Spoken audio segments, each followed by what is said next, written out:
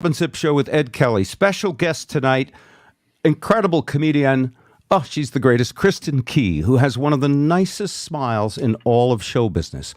Her comedy is an uninhibited mix of edgy, joyful, a little dirty here and there, and always inclusive and warm and loving. She sings and plays guitar, but not like most comics, badly. Kristin has a beautiful voice, and her original and her parody songs will have you busting a gut. Also, of course, we have Zip, and we have Ed Kelly, and we have our attorney friend, Shawn Alexander. So let's get this thing ripping.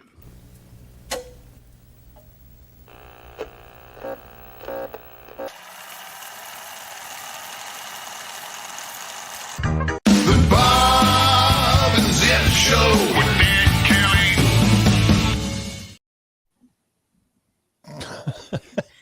Hello, everybody at once. Hello. Hi, All right. everybody.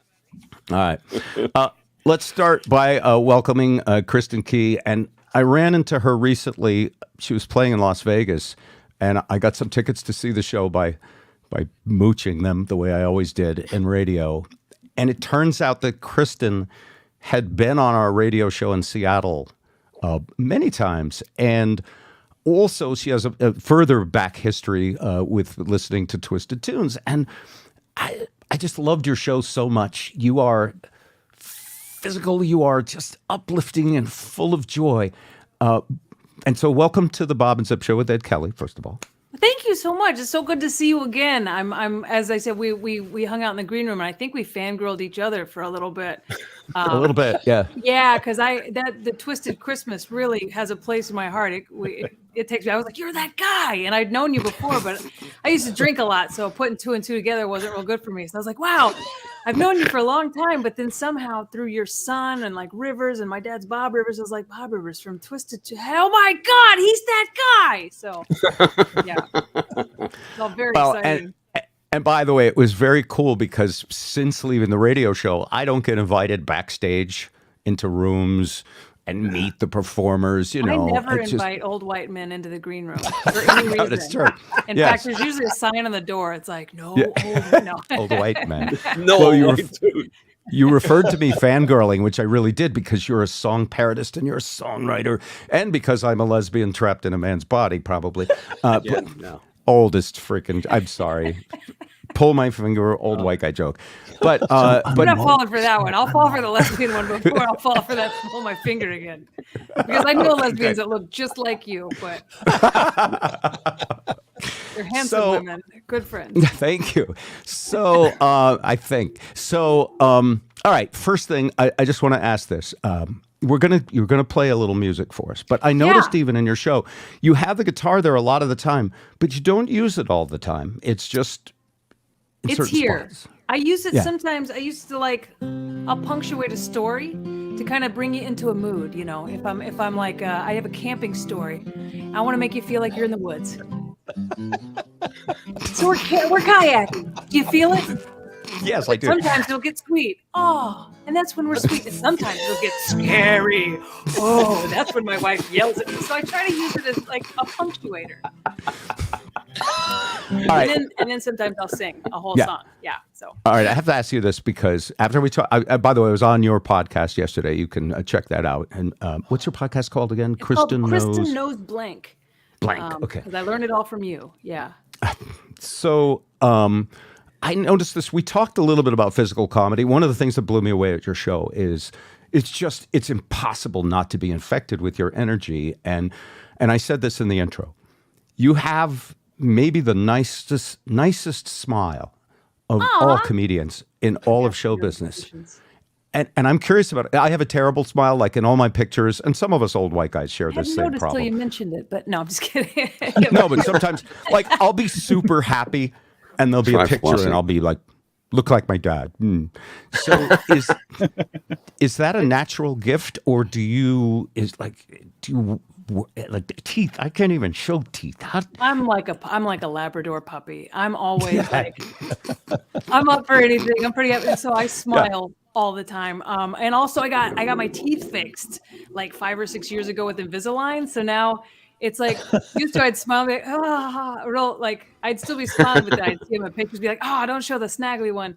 And so now that I got my teeth, I'm like, I don't know, I feel like a Crest model. I'm just like very Busey. Just look at my chiclets.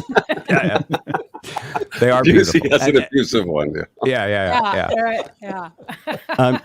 All right, a little, because we're going to do some of the funny, but also just really, this is a show where we like. And by the way, you guys, just raise your hand, jump in with a question anytime. Are we getting serious? Yeah, we're getting somewhat serious. Okay, just checking. Okay. It sounded a little like dueling banjos. Because of drugs. Yeah. Did you ever try cocaine? Okay. I can put this away for a minute. All right. Tell us a little about your childhood. I want to know like what kind of person grows up to be you. Free therapy. This is Oh fun. wow, yeah, I know. Okay. I usually pay $150 for this. Honestly, and just one more tangent. My therapist, and we just talk about TV shows now, so I don't know why I pay her. So I'm a preacher's kid. I grew up a minister's daughter in Middle Earth, and I was super Jesus-y, like 2 Sundays and a Wednesday every week, church, Bible Bowl, church camp, all of it. I was all about it, super into it. I didn't swear. My parents didn't drink. Our family didn't drink. 2 grandpas were ministers. My dad's a minister. Everything was really going that route. And then I happened to find out that I'm a lesbian when I was like 15 or 16. News to me. The wages of sin is death. Well, we didn't. It was such a taboo topic that I had never heard what a lesbian was. So I met one in high school, and someone was like, "Don't hang out with her. She's a lesbian." I was like, "What does that mean?" They're like, "I mean, she dates girls." I'm like, "You can do that?" Mind blown. Made so much. That girl is still my best friend to this day. Wow. But anyway, I came out when I was about 16 and lost every friend I had. The church kicked me out. Me and my family we had a very strained relationship. I will point out they never did disown me or stop speaking to me. We did keep our family, like we kept it together, though it was very strained for a while. And then after that, like I dropped out of high school. I started doing bad kid shit because I didn't know what bad kids do. So I started drinking and smoking and stuff. And I moved out of my parents' house. And so I'm just like an aimless, just goalless, just kind of, I don't know. I didn't know what to do. I was a little suicidal. Who cares? Yeah. I'm going to hell anyway. What does it matter? You know? Can I apologize on behalf of moronic society? God, no, I'm just kidding. It's not God's fault. But yeah. And thank you. It's incredible. I mean, we've come so far, still so far to go. But that was tough. Yeah. It still happens to kids all the time right now. This is, I mean, I live in California, whereas more on a coastal bubble where people think, oh, nobody cares anymore. People absolutely do. This kind of shit happens all the time. And my story was like, you know, I'm 42 now. I've been going through this for over 25 years, and my parents are still not like marching in gay pride parades. I don't think that their religion is still not accepting of gay people, but you know, they love you. We love each other. We have our disagreements on that, but I have a wife. I'm healthy now. I'm sober, and I went through all the things to get better later in life. You know, I survived the hard times, but that's where I found comedy. Yeah. When I met you and you were first on my show, had you got sober yet? I think we talked a little about this. No. So I could see the drunk you. Yeah. Okay. One time, this is just I always revive Dave Denison at this. Yeah. One time at band camp. No, it was church camp and it was pretty gnarly. No, so one time I'm doing the Broad River show in the morning and I flew in. I stayed at the club owner Dave Denison's house the night before. And he said, "Do you want an edible before bed?" I said, "Are they strong?" He goes, "I take one every night. I eat this edible. Wake up 4 hours later, high as a kite. Cannot take a shower, just too high to do anything." And we get in the car, we're driving a radio, and I'm freaking out. I'm like, I made him turn off the radio. I'm like, that's freaking me out, man. And like freaking you out because I'm going to be on that soon, and I don't want to think about like that kind of paranoid thing. It was the song or something. I was just so freaking high.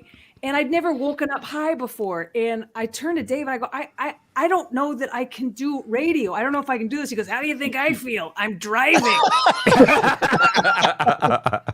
That somehow made me feel better. Yeah. And the radio went fine. Yeah. But you came on and you were wonderful. And that's the thing, by the way, about performing. I was nervous about doing this show because we usually only have other old white guys and we're part of a tribe. And I was like, I don't know if we can be hip enough to have this conversation with Kristin. But I always get nervous. And then the second the timer goes off, it's just a conversation. Is that what it's like for you to get on stage? Yes. Yes. And every moment between shows is like amnesia.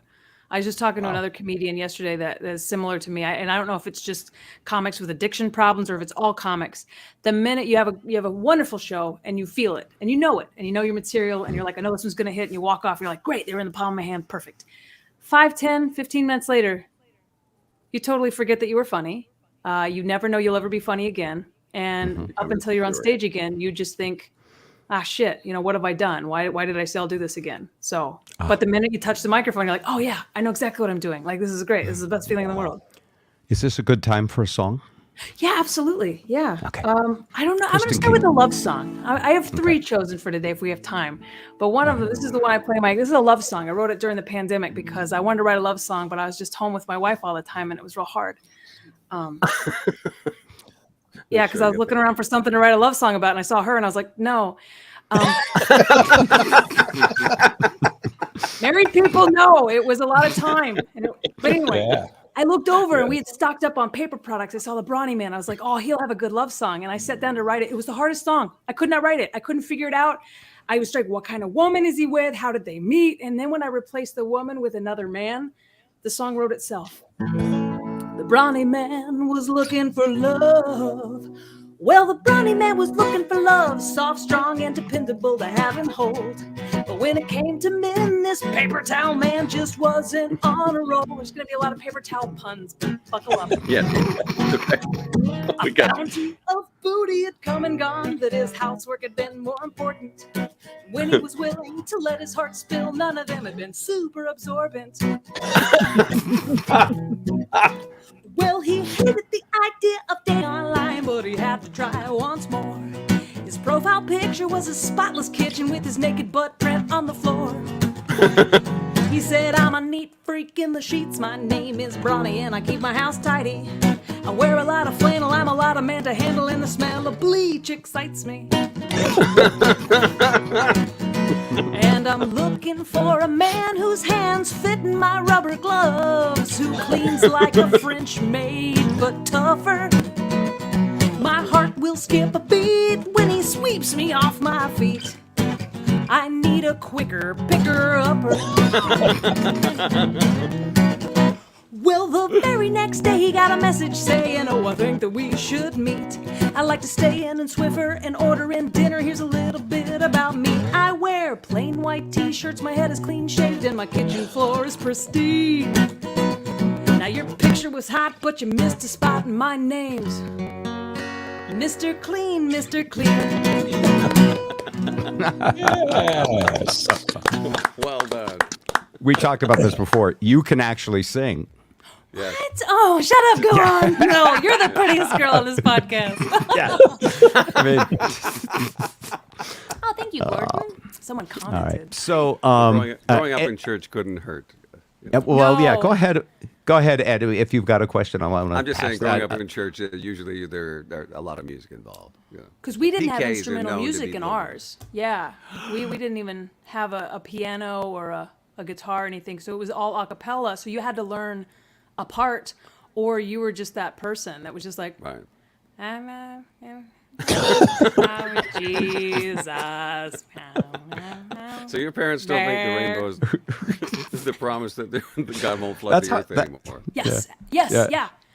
Yeah. My That's mom how I sing mentioned- along at concerts. By the way, when the old band says, "Everybody sing the song," and I just go, "Mama, I'm in fear of my life." When I'm at the Styx concert, yeah, I don't want to actually try and sing, so I never did that at church. Zip. Yeah. Oh, yeah. Questions, Zip? Where in the Midwest? You said Mid-America?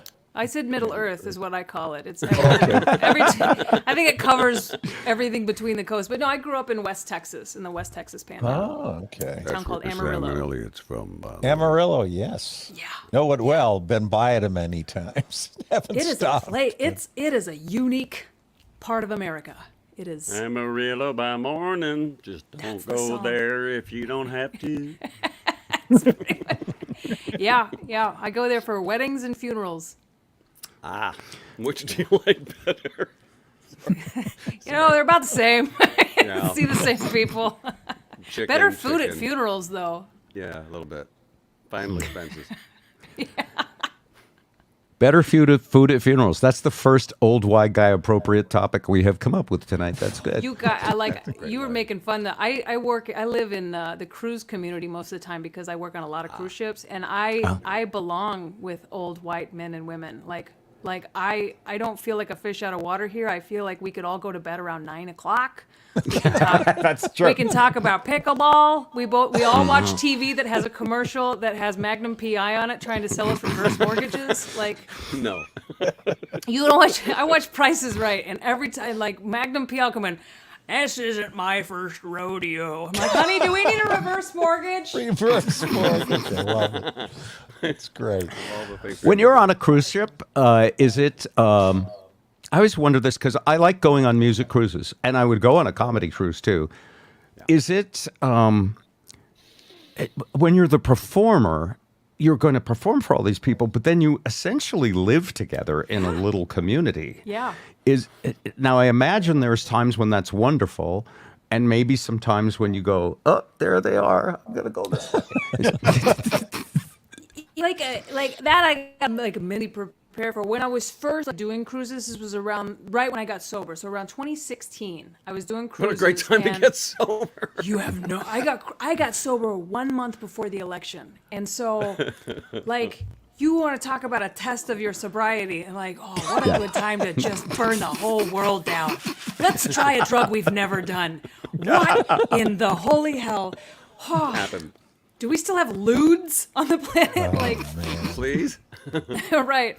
So yeah, but when I first started doing cruises, I had to adjust my set and write some new material.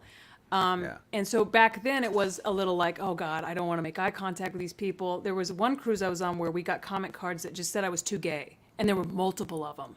And I'm like, I don't know how to fix that. Like, Yeah. my Can you level be of less gayness, gay? yeah, it's kind of, it is what it is. Yeah. But nowadays, like it's always a real positive experience, but almost too much so, to where like people just kind of like shout at me like, we love you, or like, I love that hot dog. And I'm just like, it's a lot, just tap me and say like, or like the I don't mean to bother you, but I'm going to. How many I don't shows a want day, to Chris? bother you. Okay, it depends on the line, and I'm But getting it a is, little. but it is love, and you know that it's love. So you Can't be you mad. must be, Yeah, you can't be mad. No, and I've had a Yeah. little bit of that, but I also feel that way. Like when I'm on a cruise, I was on a cruise with the Little River Band, and the guy Wayne who keeps that band going is just amazing, and he's put together this most incredible band. And I interviewed him. So when I've interviewed someone on my show, I feel like I know you just enough to say hello, and also just enough to not overdo it, and so I kept seeing him on the cruise, and I kept wanting to talk to him, and I avoided him for the whole time because I thought he's got people coming up to him all the time, and and But if you and don't he have deser- someone come up to you, you feel like shit. So it's like, oh yeah, I do appreciate when people like I'll finish a show and just like, oh man, too many people are gonna come up, and then I'll do a lap around the ship because I just need one or two people to be like, hey, I really liked your show. It's like, now I can go to bed. Okay, it would like there's the insecure performer that just thrives off of that, oh great show or whatever. Yeah, So rare among comics, isn't it? insecurity. Yeah. We are the most we're like I don't know, like Beverly Hills high school girls. We're so insecure. We just need constant validation. Yeah. You've done network television. You've done Last Comic Standing. You did Bring the Funny. I'm curious about the dynamics between comics, because I know from Andrew, for the most part, and I'm sure there's exceptions, but for the most part, comics are real supportive of each other. Even Absolutely. when they play in clubs, there's not a lot of there's not enemies or competition. They mostly like to feel good and pay it forward and give some advice or take some advice. But I imagine on a TV show where it's a reality show and it's set up as drama, where someone's getting cash and someone's getting sent home. Maybe it's a little different. No, they wanted more drama in our season of Last Comic. Eventually, they cut that part out of the show because you can't get comics to. They actually Hate each cast. other. Yeah, they cast a comedian that wasn't really a comedian on our season because they knew she would bring drama because she was actually a producer for MTV, and they knew she knew what we needed, and so she was the only drama. And they really cut most of that out because it didn't make sense because none of us would like beef with her. We're just like, You wouldn't oh, be that she's mean. Yeah. no. If she like griped, you're like, oh, well, do you want my room? Like, because we're used to like staying in condos and shit. And so if you're working with like a high maintenance person, it's just like, I can't do this. She's like, oh, cool. Well, whatever's like makes it easier for the whole week. Then you take the big room, I'll take the little one, and we'll be fine. But yeah, we used to get along. Oh yeah, you there in Woodstock. Well played. Nice bookend. You mean reality shows aren't really reality shows? They're scripted. They're arranged. Well, my wife is a reality TV show producer, so it's no, it's a little yes, a little bit no. So some of it is like there are moments that they want, like we need this moment. How that moment gets achieved, that's on the people in it. And as she always says, they signed up for it. So, because I'm a tenderheart, I'm like, what is this doing to their self-esteem? She's like, they signed a waiver, they're fine. Yeah, and So there is there yeah, go ahead. is Sid. there always a built-in storyline that they need to sort of glom onto? Either that, or there's a story producer that will find the story throughout the show and like lean into it. So they'll find they're really talented. Like reality TV, there's so many people that go into it into making it watchable that we don't notice as viewers what's happening. But of course, there's arcs and stories and highs and lows, and they do a good job of finding it, noting it, and then when it goes to edit, how to edit the show to tell that story as it happened and what's the more cohesive storylines. And then Kristin adds the chords for drama, for Yeah. Put on a comedy show, it's all. Yesterday, speaking of reality shows, I walked in. These days, when you buy a TV, you are buying the TV spies on you. The TV has software. You click agree. The LG tries to give you some free channels with their own network, and the TV has a mind of gays. It's weird. It has a mind of its own, and so you'll walk in a room, and it'll be. Have you all experienced this? Maybe you have dumb TVs, but there's a smart TV, and LG. And so I walked into the living room yesterday, and there was a reality show on, and it was called "Farmer Needs a Wife." Did your TV choose this for you to watch? No, it wasn't an LG. It was an LGBTQ plus. I don't know what it was. That's the plus. That's the plus. Farmer wives, yeah. But so, and I'm walking and I'm like, why is this on? Because Lisa will leave the TV going and then it'll go into some kind of screensaver mode and then it'll do some random channel. And what it was this guy at a farm, and there were all these like Daisy Duke, there were all these like women dressed up with, like that farm chick. I don't know what you call it, but they were dressed up with Ellie Mae. Thank you. And they were dressed up and they were all trying to help this farmer shovel shit and move stuff in wheelbarrows to become his wife. So it was the Sounds religious. Yes, their parents would probably like it. But I thought, wait a minute, this can't be a reality TV show. But it was done exactly like The Bachelor. Here's this farmer, and he needs someone who wants to be a farmer's wife. And I thought, oh, how real could this be? I'm so surprised, like when one of them will say, if you liked this, we think based on your viewing what you'll like. And they try to recommend this show called Snowflake Mountain. About okay, and I was like, bullshit. I watched the whole damn season. I was like, my wife she's like, what are you doing? I was like, I'm binging a show that the TV told me to watch, and it was right. Not now. Yeah. The snowflake's about to go home, and it was just about like millennial kids camping, like against their will. Against their will. Yes. That's great. Do you guys have to agree on a show? Like Lisa and I, if we disagree on a show, it's a major fight, and she won't watch it, and then I feel bad, so I won't watch it by myself sometimes.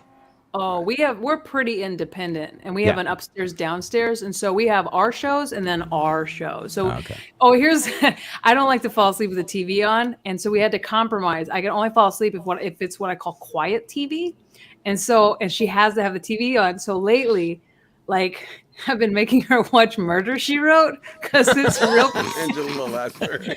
It's got a great theme song, and it like starts getting you sleepy. And then the storylines are so bizarre, you can't keep up with it. And so we always just wake up. We're like, "Who did it?" We're like, "I have no idea. Someone that wasn't in the episode. I'm pretty sure." So I don't know who's winning on this one. I think we're both losing, but we're getting great sleep. Lots of rest. Yeah. I think it's time for another song. Oh, okay. I'm gonna get political now. I'm gonna right. get political. This Well, is you got four old white guys, and as soon as you leave, we're just going to talk about cable news anyway. So this is Okay. a good transition. The right show. this is a short one, but it was inspired because Bob wanted me to make more of this one. Oh, he did. Oh, awesome. They say they're indicting. Republicans are saying no. According to news sources, shit's going down at Mar-a-Lago. Cause tonight, for the first time, from Fox News to CNN, for the first time in history, they're arraigning a president, they're arraigning Trump. Hallelujah, they're arraigning Trump. Amen. I'm gonna watch it all. I'm gonna soak it in. When his tiny hands get fingerprinted, they're raining Trump. Hallelujah, they're raining Trump. Amen. Orange, fat, dumb, and blonde. Broke so many laws, he finally got caught. They're raining Trump. Yeah. Yeah. All right. Wow. Put the Confederate flag up on the green screen, will you, Bob? Well, I mean, maybe not that one. Yeah. Oh, that's beautiful. And the day that came out, you did a short clip of that. Was it So TikTok, short. Instagram, Yeah, all those yeah. places?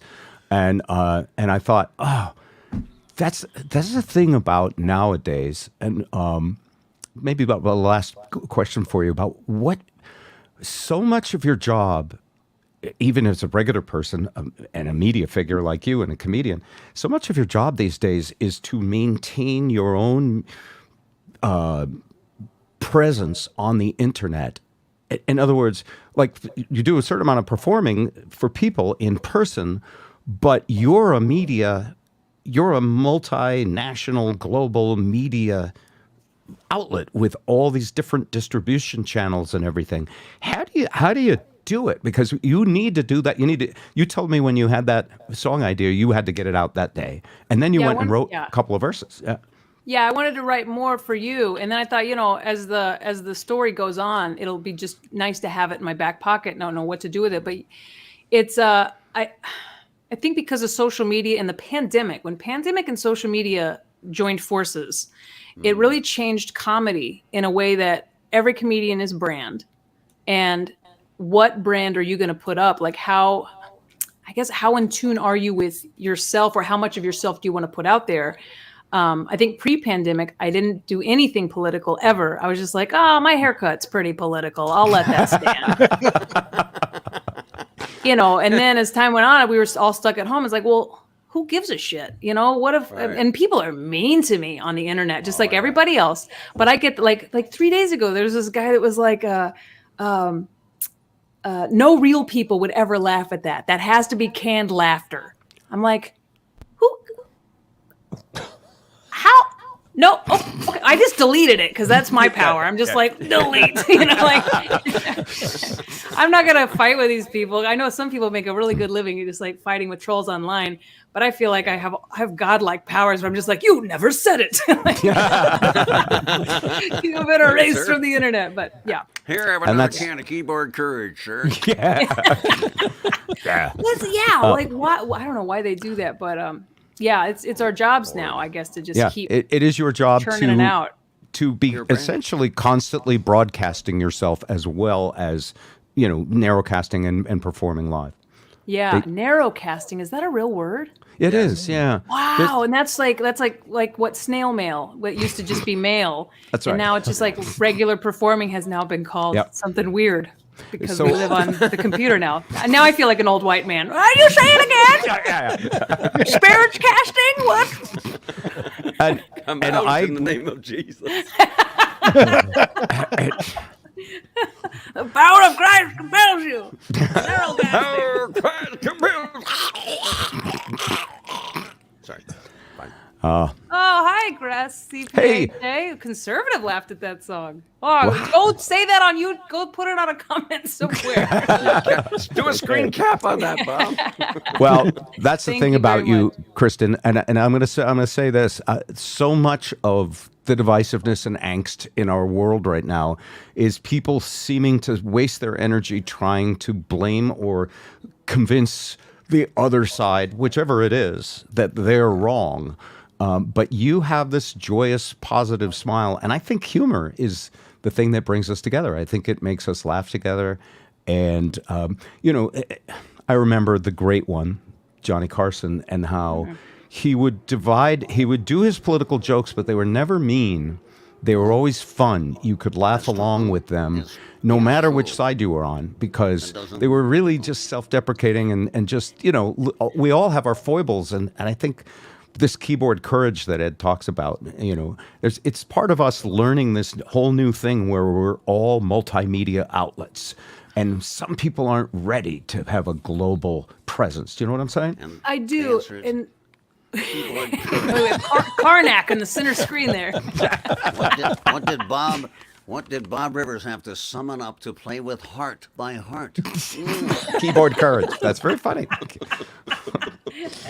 So, I think there's a responsibility with like I said before, like you've got to find out like what you believe in, what you want to say, and stuff like that. But also, like I noticed because there's so much on social media and so much online bullying, I try not to have villains in my set. I try not to have like the straw man or someone to make fun of, like this guy. Let's laugh at this asshole, because that's how my career started. That was what comedy was in the late 90s, early 2000s. It was like you heard a lot of jokes about, whatever, this piece of shit, or my wife was being a bitch, so I knocked her out, and people are like, and now you're like, we stopped doing shit like that just recently. Most comics, there's still some comics who make a very good living, objectifying women and stuff like that.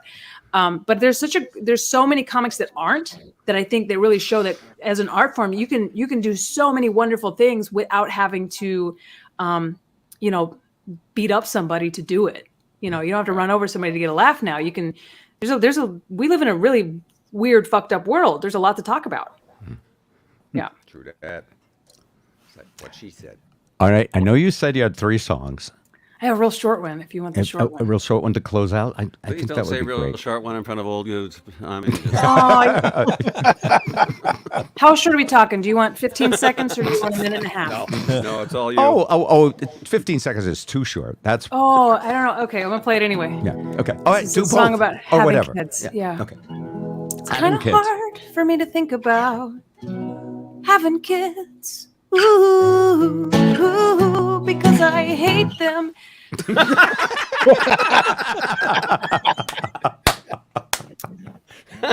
Short. Wow. That's real short. Yeah. Grounds for excommunication right there.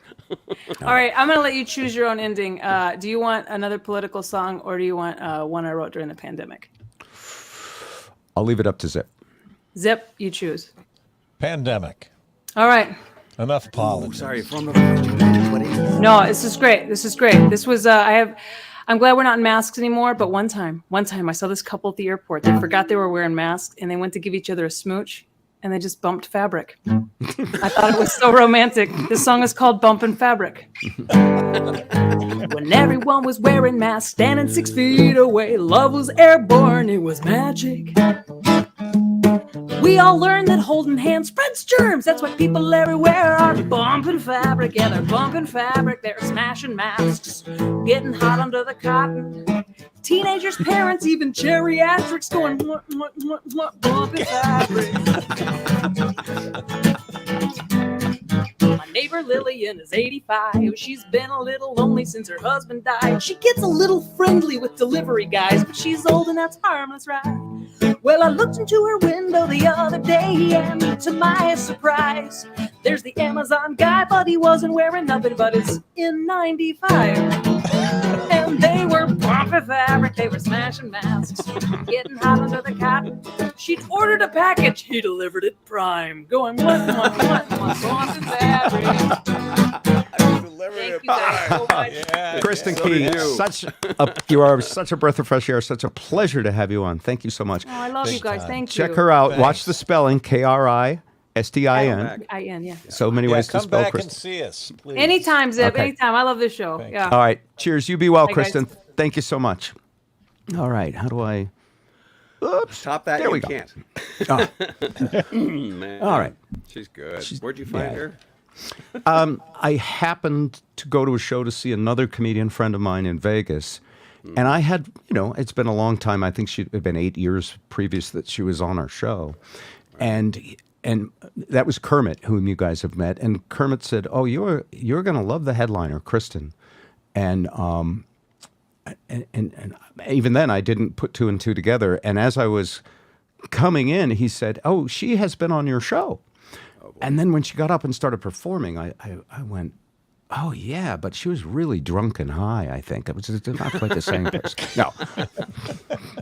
I didn't really Nice know. call back. Yeah, but when she started doing the songs, I remembered being blown away by the fact that she was good at it and a really good singer, and that she's just full of joy.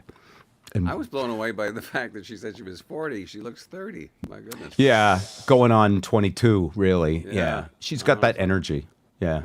Fortunately, she stopped the partying. That helps. Yeah, some of us waited a little longer. You think? He said autobiographically. Shows up on our faces. So anyway, all right. Well, great. It's good to have all you guys here. A couple of things going on.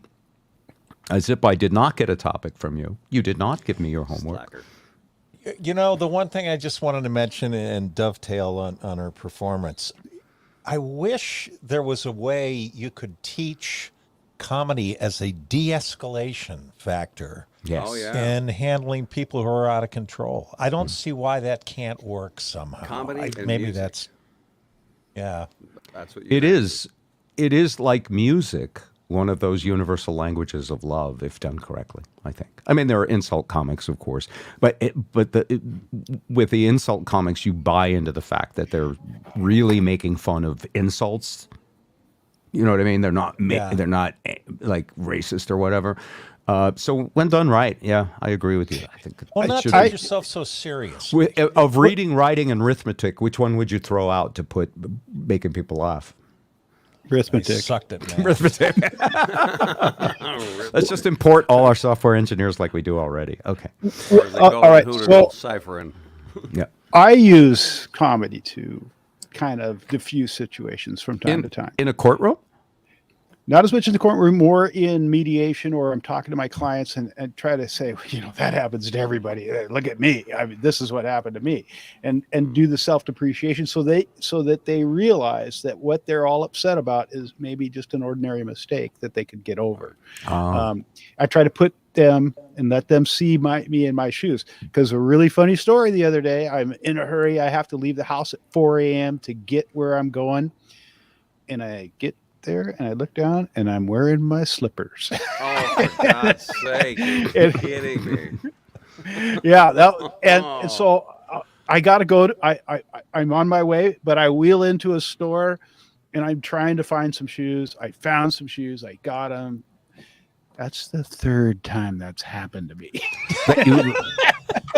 By the way, I think this is an old white guy thing because it's happened to me. I go to get Starbucks in the morning. I get in my car and I'm about to get out my car to go pick up my latte, and I have my slippers on. And I just thought, oh, well. I mean, I even did it once at the grocery store. And I thought, But in LA, I'm in a that was a 55 thing. plus community, so, just Well, Yeah, I'm rolling in to meet a bunch of other lawyers, and we're all going to argue Yes. about stuff in the It's a room. little different. Yeah. Yeah, So did you But- laugh? Did you wait a minute? You got shoes, so you didn't have to go through I it. got shoes, but I told that story, and everybody else in the room. Now I'm a human. That's I'm good. not the guy from out of town who's come here to grind them into the ground. I'm just another guy. Yeah, but you're still there to grind them into the ground. That's why I get paid. Yes, but Yeah. but we don't. They don't need to know that. They can put that aside a little bit. All right, let's slip to the thing that Shawn wanted to talk about, which is interesting. One we didn't get to last time, and it's an interesting story. We'll do that first briefly. It's politics, but it's fascinating. It's government.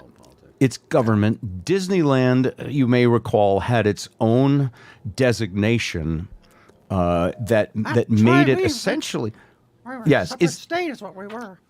is it a little bit like It's just like an HOA. like an control- HOA? I was going to say like a tribal, like an Indian reservation, in a sense that it's not part of the town it's in. It's got its own separate government. Yeah, well, an HOA, they get the right to control a lot of things depending on what the paperwork says. And it's Orlando, Florida. We're talking about, right? Right. Disney has control of the property within their boundaries like an HOA would. They get to decide what's going to be built and everything. And Mr. DeSantis and Disney had a disagreement. They weren't getting along very well. And Disney had to turn that government control back to DeSantis. Right. Now, And just to interject some color here, this is political showboating. For the same reason, on a reality TV show, you need drama. You need some drama to get into the news, to get your name out there, to get the name recognition, to show up in the polls as a presidential candidate, which is what everybody assumes he's doing. And as much as I could say, it's phony, like shipping illegal aliens to Martha's Vineyard, it works. So this is what he's doing, right? Go ahead. Yeah, this is exactly what he's doing. But he messed with the mouse. And they have lawyers, and they have lots of lawyers. And Lots of money. they used a special rule because you can make conditions for a certain length of time, but you can't have conditions that go forever. And that's called, and this is a rule in the law called the rule against perpetuities. And this is a rule that's complicated. It's so complicated in Washington state, they abolished it. They said, you make a contract, 150 years is all you get. 100. 150. 150. Right. Why The would I rule- care about, beyond that? People do try to control things from the grave. I know. Yes. That's right. And they used to. And so they would put something in a title or a document or a contract that would say, for now until forever. And they started to say, nah, that's too long. But how do we judge is long enough? How do we decide that? And so what they said is, we can say a life in being, I mean, someone who's alive right now at the end of their life plus 21 years. Now, who do we decide how to pick someone? What Disney did and what has traditionally done is they picked a member of the royal family because they live longer. They're well cared for. And so Disney said the heir to the throne, their life plus 21 years. That's how long That agreement transfer- would that have to- agreement okay.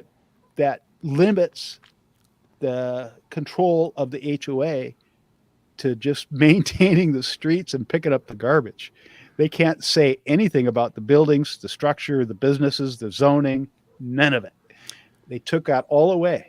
So does that mean that Florida's attempt to take that back failed legally? No, they were successful in taking it back, but what they got to take back was the nothing. ability to fix the roads and pick up the garbage. And Wait a that's minute. it. They couldn't stop cross-dressing dancers in the middle of the yellow brick gonna road or say, anything like that? Yeah. Nothing. Sean wasn't it all Nothing. over They the trans thing? Yeah. That is over the trans thing. Yeah. But what happened is that they didn't pay attention because that rule was adopted in a public meeting, in a public hearing. They did all the things they were supposed to do because the mouse has lawyers and they did it right. And Florida didn't bother to look. They just said, we're taking over. And then they said, okay, here you go. Keep the Yeah, roads. what you- Yeah. Keep the park clean. Yeah, exactly. That's wild. And, Main Street and the USA rule just against got- but the interesting make part is they picked a member of the royal family, the heir to the throne, who's a little guy. He's a kid. When he's dead, add 21 years, and that's the end of that contract. Oh yeah, yeah. So it's the a long rule time. against perpetuities is so complicated that it's difficult for lawyers. What I was taught when it was still active when I went to school back in the day is get a list of babies born at the hospital. Pick 10 names, put those on your contract. When those 10 are the last of the 10 are dead and 21 years, then your contract is over. That was very complicated. I never had to do it. Wow. But so that's another way to extend it. Yeah, well, not in Washington. You could do it in other places like Florida, but here they said, no, we're not doing that. It's too complicated. Nobody can figure it out. Make it 150 years, and that's it. And so, a contract can't be forever. It can't be in perpetuity. It's just the way it is. It has to have a beginning date and an end date. But There you are can. terms, and contracts can. It's just when they deal with certain types of responsibility. I could put a deed on property or a restriction on property, and that'll last forever. Okay. But between you and I, or our friends, or someone else, those contracts have to Okay. shorten Interesting. up. All right. Second topic. There's a malpractice suit that has just been filed. It just recently. Yeah, I think it was a couple days ago. Okay. Day or two. By Donald Trump against Michael Cohen, because Michael Cohen, this is the whole thing. When you pay for secrecy, I'm guessing, when someone tells they didn't live up to their fiduciary NDA. responsibility as your attorney, and you've talked about this stuff all the time, Shawn. What's interesting about this one? Okay. The interesting thing to me is they're claiming he divulged secrets, but they're also claiming he divulged lies. So it's one or the other. And so if you read that lawsuit, which is long and it doesn't read very well, On purpose. well, if you have bad In facts, they never perpetuity, it's hard to read. Yes, yes. Yeah, that's right. So what they're saying is, you told our secrets, but then they're saying, but you were lying. So if they were secret lies, there's no protection. Sounds like a really bad sitcom based on Yeah. millennials. Well, and so what is funny is that, okay, so if he's claiming So there's what was, confident- like, example, what's a secret that was a lie, or does it not spell that out? the secrets that were lies were that he actually had an affair. Okay. He didn't. He's claiming I didn't have an affair, but you're saying I did, and that's our secret. Now do you see the conflict? Yeah, yeah. It can't be a secret if it's a lie. Okay. It's one or the other. It can't be both. And if it's a lie, then it's actionable. If it's a secret, well, until he exposes it as himself, Right. it can be privileged. And that's what we say. Catch-22, Privileged right. means that he's not allowed to say it. Mr. Cohen is not allowed to say it. I hearken back to our discussion with Kristin about the needs of reality TV. And it has to go without saying that Donald Trump is the best reality TV master of all time and all humanity, even though reality TV has only existed for a decade or two. But what he has just done with this is muddied the waters and created all of these legal questions that is there a precedent for this? No precedence. No. Well, I'm sure somebody has been sued for something like this before, but never on this scale. Yeah. Never for $500 million. And The unprecedented precedent. Ex-president. Guess they A, can non-dis- go for the rest a non-disclosure agreement is always a civil matter. It never rises to a criminal thing, right? unless it's with the government, then they can Yes. bring in some criminal stuff. They're special. But you're right. It's a non-disclosure is a civil agreement between parties. And usually in the disclosure agreement, it will have the penalty for the disclosure. It's defined. And but with lawyers, it's different because we have a duty of confidentiality. We're not allowed to tell anybody anything unless it's to prevent the commission of a future crime. right? So if we And hear then about a you're- past crime, we Yeah. just keep it quiet. And then you're required if a future crime is about committed. Are you? There's a Sort of disclosure, and Yeah. it's about it balances on how much harm, and is it a person going to be harmed, or is it just economic damage, that sort of thing. Never come up in my practice, thank goodness. But the funny thing with this one is that by Mr. Trump screaming about it, as you said, it brings the drama into the whole Yeah. situation. But the good news is the court system is designed to keep out extraneous information away from the jurors. That's why we have admissibility, we have relevance. Everything has to be relevant. We can't bring in massive stuff which is pretty common normally, because when you get somebody talking about something, the minute you hit too sensitive a subject, they don't answer your questions anymore. They answer the questions you didn't ask, or they answer what they want to say. And the court system is very good at cleaning that out. We have 11 in Washington, at least about 11 sets of rules that all are layered on top of each other. And they're all designed to keep that extraneous information out so the decision maker can make a clean decision.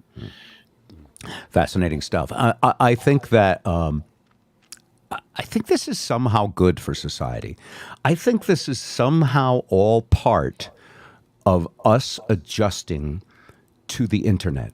I think that we are still early in the innings of the game that has been changed by instantaneous, and it's been a theme of the show even with Kristin on, the instantaneous branding of every single individual who has this device in their hand.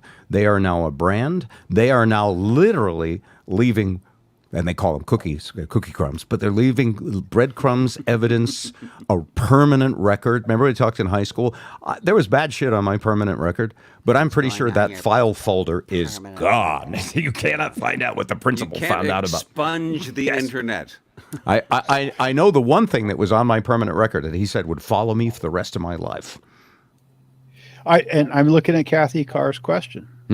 And what decides it are the rules of evidence. And the judge makes a call. One person has to say objection. The other person says, I object, and blah, blah, blah. There are literally thousands of rules in that department. So you have to know them on the top of your head to shout out that objection right out quick before the actual information gets out where it doesn't belong. But the judge makes that decision. Rudy Giuliani and fumble. Oh, God. Look at that. Sorry. You see that look? Yeah. Involuntary reaction. Well, I think a bunch of his tapes just came out too, where he admitted he knew he was pushing something that was untrue. And that will bite him. Again, that's our adjusting to this. I think he has. I think he has already. I think he's already disbarred. Ed, in New York, but I mean, will he ever practice law again because of that? Would you hire him? It depends. on whether he used to. Go ahead. If I wanted a clown show to distract someone and make a circus out of something, he'd be high up on my list to consider. I'd say, would you take the dye spots out of the rug when you're done? That's what. There is this thing now where we are distracted from talking about the obvious truths and facts by the drama. And that's fascinating to me because, first off, if you ask anybody, did Donald Trump probably sleep with a porn star? And you would get from 90 to 100% of people. Well, of course he did. It's none of our business. He could do that. Just like, and by the way, human emotions they aren't governed by politics. That would have been the same reaction when Bill Clinton had his affair. It didn't matter which political side you were on. You went, that has nothing to do with government. That is a personal, private matter, and you're being tawdry, and you're just using it for politics. But in his case, there was testimony, there was court, there was an impeachment because depending on what your definition of is. Yes.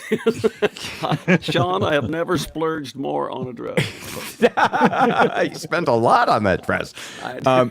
To spend, depending on that. I mean, and this is always a human thing: is what is the truth? Well, we kind of know what it is, but what we're really fighting for influence and power, and we're fighting for. our side, our team. And in politics, you choose one or the other usually, unless you're a radical centrist like me. And so you have to rationalize a lot of stuff to keep it going.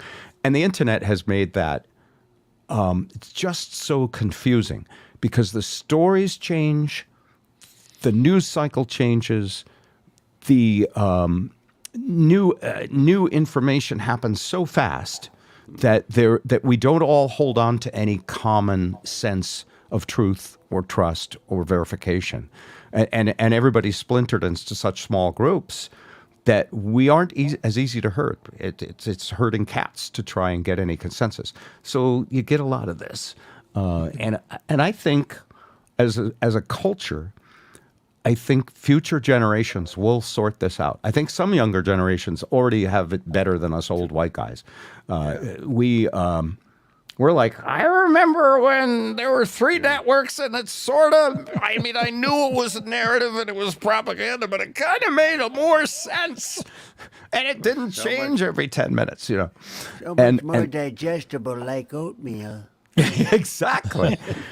And now I see younger people, like when Keith and Leanne come over, and I look at my grandchildren and I go, oh yeah, the whole world isn't freaking out over this stuff. In fact, to him, it's mostly, they don't even subscribe to cable TV. They wouldn't even know how to find MSNBC. They wouldn't, you know, their favorite channel is YouTube.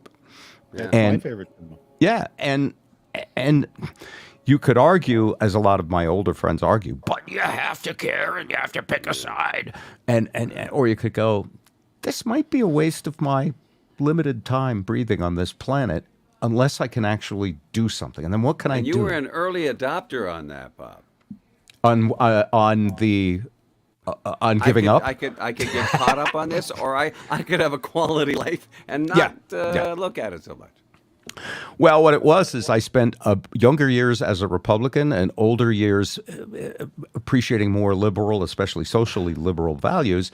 And then having lived through Bill Clinton and Stormy Daniels, I now realize Yes. they're all full of shit.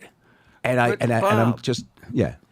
You've taken the model and turned it on its head. You're supposed to be born a liberal and die a conservative, not the other way around. No, it goes both ways. It actually goes, because I know a lot of other old guys. The guest went both ways. You Yeah, she did go are both ways. supposed to go the Thank you for way that. of all flesh, which is conservative. Usually been. That's Keyboard the point. Courage was a very good joke, by the way, that she would have gotten because she didn't know about me playing on stage with Heart by Heart, but that was...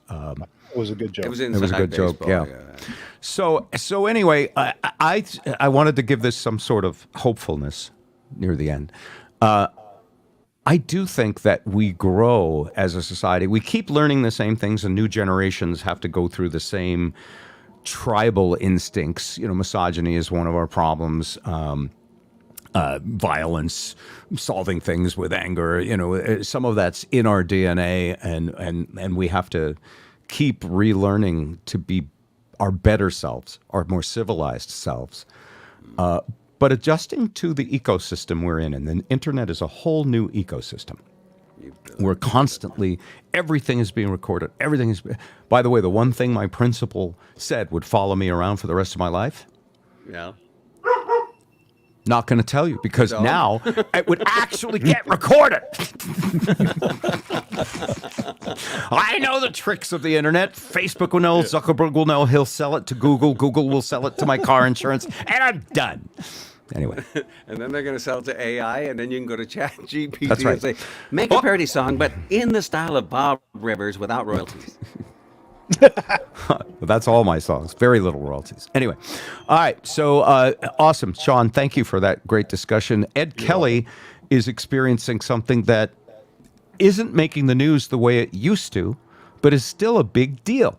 One of the workers, one of the people he works with, the oldest member of his Detroit radio show, has come ONeill. down with COVID. How serious is that in 2023? Especially, because I know it is, on a conservative radio show. Yeah. he lost his voice, and I don't mean this to play both ways, but he did lose his voice. The Great Lakes, the great voice of the Great Lakes lost one of its great voices. He actually could not. Like permanently? get Oh, that's anything. sad. No, I don't care. No, not permanently. Who you are. But That's it was horrible. gone for a week. Oh, for a whole He'll be week. back. Okay. Yeah, he'll be back. He'll be next back. week, but- Okay. So he's going to recover. He is, yeah, but it was, he's 70 something, I believe, and We should introduce the after- fifth member of our show. What's the dog's name, Shawn? That's Petulia von Schraderhouse. Petulia von Schraderhouse. We're going to have to put that up in the description. Yeah. Yeah, Okay. Actually, her picture and some of her blue ribbons are over here. Okay. That Oh right? wow! Wow. All right. A pedigree. So Ed, can you say his name? Yeah, Kevin ONeill. Yeah, Kevin ONeill. He lost. Oh, he I lost thought his you meant voice. the German dog, because no. No, no, no. No, I can't say that. He's known And- as Dog. So getting COVID on a conservative talk station that probably more or less minimizes COVID. Did you guys bump masks? What happens next? I haven't heard them so much minimize COVID as the sin of omission, where a Dr. Fauci clip is concerned, where they. Yeah. I said something very important like masks mean. But if you want to wear one, wear one. Yeah. That's sort of it. And also probably say that the government did too much and most of it was ineffective, which, by the way, some of that is true. So Yeah. there's parts of that conservative argument I agree with. And also, you were shouted down as being a conspiracy theorist if you thought that it was possible that COVID came from a lab leak. And as it turns out, we don't know for sure, but it's very possible that in fact. Pretty likely it came. From, Well, you live with They'll say- conservatives, so you say pretty likely, and then I'll watch another show that says we don't have any real concrete. It's possible, and so I go with radical centrist. Yeah, I'm going to say it doesn't matter how we got it. It's how we get rid of it that's important. absolutely. Yeah. Ah. Ooh, the Oh, internet give me his distracted us number, again. will you, Bob? Yeah, and how we prepare for the next one because, if it's from an evil dictator, we're not going to prepare for it. We need to. Yeah. So And anyway, are how COVID is shots now? Now they're no longer free from the government. Am I correct? Yeah, I mean, I'm used to that. Stuff stops being free. You are. Doesn't the official decree end in May with the CDC, or they're dissolving the COVID department, the government's arm of COVID? They are backing down on some of it. I know. Yeah. In Washington, they have made the restrictions. A lot of them are lifting, except for the one my wife puts on me. Which is That's cute. tell me more. Oh, But she you don't makes have me. to brag. We're going to a store. I'm wearing a mask. We go. Oh, into, still. oh, you Yes, bet. a lot of people Wow. here too. Yeah, even in But my we're building. old. They're You know, I advising have it. to- If you're over 65, yeah. Yeah. I never like getting colds anyway, so I'm okay with it. Yeah, I'm of the well, it's a convenient excuse for laziness, but I would think my immune system needs to go to the gym once in a while, so I'm not being careful at all. And I have never tested positive for COVID. I'm sure maybe I had it asymptomatically. I've dealt with all kinds of health issues that could weaken my immune system. I go to concerts every week. I just figure I'm going to live my life. And, I'm not going to. And is that, it might be conveniently laziness, It's personal choice. but laziness is part of my DNA that I'm not fighting that hard against right now. The path, the road most traveled, the easy road. So. Unless you go hiking. I had my first snake sighting the other day. And why this is important is that, Was it You a know. My Pillow ad? no. I like to hike, liked hiking in Washington State. And one of the cool things about the Seattle area is there's very little that can hurt you in the woods. Now, there's the occasional, and I mean every several decades or so, a very hungry cougar attacks someone, stalks someone, attacks someone. Yeah. I usually buy them a drink and go home. That's right. There is the those jokes are awesome, and we just let them sit there and do their thing and ferment. Let them marinate. Yeah. There is the occasional person, very, very rare, because we don't have grizzly bears. We just have black bears, and they're like teddy bears. They're harmless. So there's really not that much that could hurt you that's common in Seattle. And so I hiked with reckless abandon for 25 years. Moving back to Vermont, the deer tick carries Lyme disease, Yes. which I ended up being diagnosed with, which created all kinds of neurological havoc. But it came And I from started- Connecticut. Yeah, so Connecticut, Old Lyme. Yeah. Been there. Yeah. Oh, and you know what? When they detected these antibodies in me, they could have been there since I was 6. It could be dormant. It could have just hit me as I got older and weaker. And so that made me feel like not safe in the woods. And we moved to the desert of Nevada. And the cool thing is that you really can't, except for July and August, you really can hike almost all year. 10 months of hiking. Now, it's shoulder months, you got to go out early in the morning, 6 or 7 a.m., get out by 9 or 10 before it gets to be 85. Yeah. But it's the greatest joy for me in recovery physically and, to enjoy my time and still be able to climb a mountain. And I've posted some pictures. Some of you guys have seen this on Facebook. And, Yeah. That's haven't seen it. utopia for you and Lisa. It is, totally, Being- totally. yeah. Except that I used to climb a place in Seattle outside of North Bend called Rattlesnake Ledge. Right. It got its name because there was a plant with this little round little dried up flower thing that would sound like a rattlesnake, In the wind, yeah.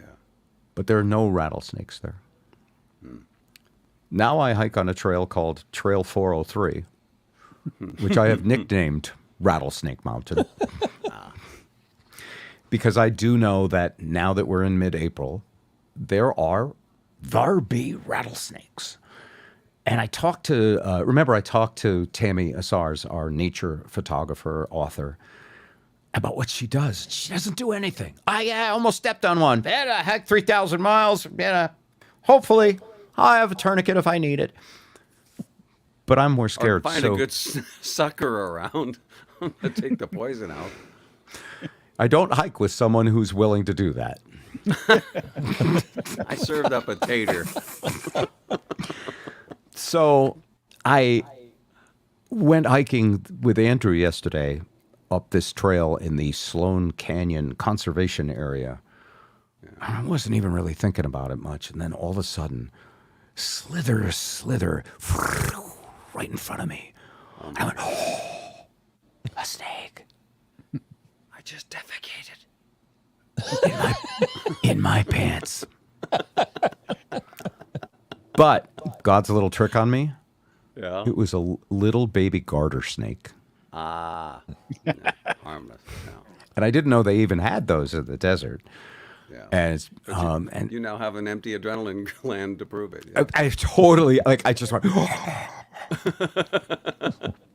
and so I'm just going to put this out there. I'm going to Google it because I overdo everything.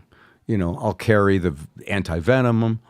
I'll go down to the local REI and I'll see if there are gaiters or things you can buy for your legs so that the fangs won't, but I'm pretty sure their fangs are pretty strong. Boots. cowboy boots, your fur Bob. Something. That's right. Yeah. Boots. And I watched that, what was it, 1880, that Yellowstone prequel, 18 something or other. Harrison Ford, yeah. Not the Harrison Ford one. No, the one where, the one with the guy, Beef, it's What's for Dinner. Sam Elliott. Sam Elliott. Did you see this one, Ed? No, but I want to say a public service announcement while I'm here. While you're hiking, Bob, remember, only you can prevent forest fires. Thank you, Sam. In that show, there are these settlers heading out to travel west in a wagon train. And one of them needs to go use the potty, to use the colloquial granddaughter term. Yes. She picks the wrong rock to squat down. Oh boy. And God bless us, everyone. I don't want to give it away. I did. I already did. Yeah, you did. So anyway, that's my new fear, and the question is, do I keep hiking? And the answer is yes. I'm going to bring the sticks, and I'm going to be on high alert, and I'm going to get used to. If there's any place, Bob, though, that will have gator underwear, it's Vegas. It's gotta, yeah. I mean, that's a part of That's show business. many of the casinos' VIP rooms, I think. So At least the G-string version, yeah. yeah. So anyway, it was kind of scary. Yeah. Yeah. Now you know why rubber snakes are so popular. Oh, yeah. Yeah. They work. How old was I when I first met Bob Rivers? I can't remember when he wasn't around. So just around the horn to end the show, what are you afraid of? What's the thing you most fear on this date, Thursday, April 13th, 2023? Ed Kelly, you're first. Not catching fish, and the ones that I do catch would be poisonous because it's the Detroit River. Oh, the Detroit River will kill you A lot with of chemicals food. Yes. in there. So you have to eat the young ones that haven't compounded the compounds. Pollution, Don't need essentially. Yeah, you yes. don't need the concentrated stuff. So your answer is, I live in Detroit, and I'm probably getting cancer from everything.